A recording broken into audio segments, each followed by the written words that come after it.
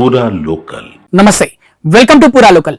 Ordinance తో సంబంధం లేకుండా బీసీలకు 42% రిజర్వేషన్లు కల్పించి స్థానిక సంస్థల ఎన్నికలకు వెళ్లాలని ప్రభుత్వం భావిస్తుంది.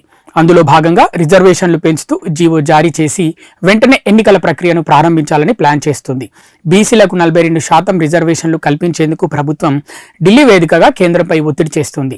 మరోవైపు భవిష్యత్ కార్యాచరణపై సీఎం రేవంత్ ఉన్నతాస్థాయి సమీక్షా సమావేశం నిర్వహించేందుకు సిద్ధమవుతున్నారు.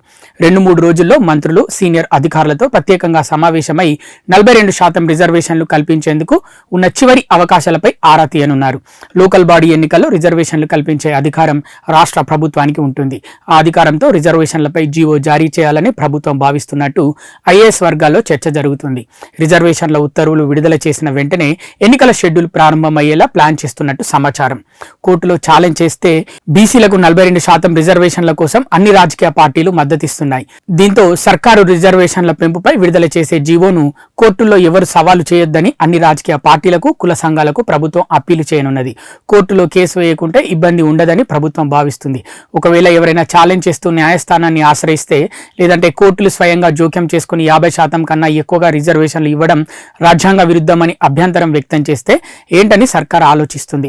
ప్రభుత్వం ఇచ్చిన జీవోను ఒకవేళ కోర్టు కొట్టేస్తే పాత పద్ధతిలోనే చట్టపరంగా బీసీలకు రిజర్వేషన్లు కల్పించాలని, మిగతా వాటిని పార్టీ పరంగా ఇవ్వాలని ప్రభుత్వం భావిస్తుంది.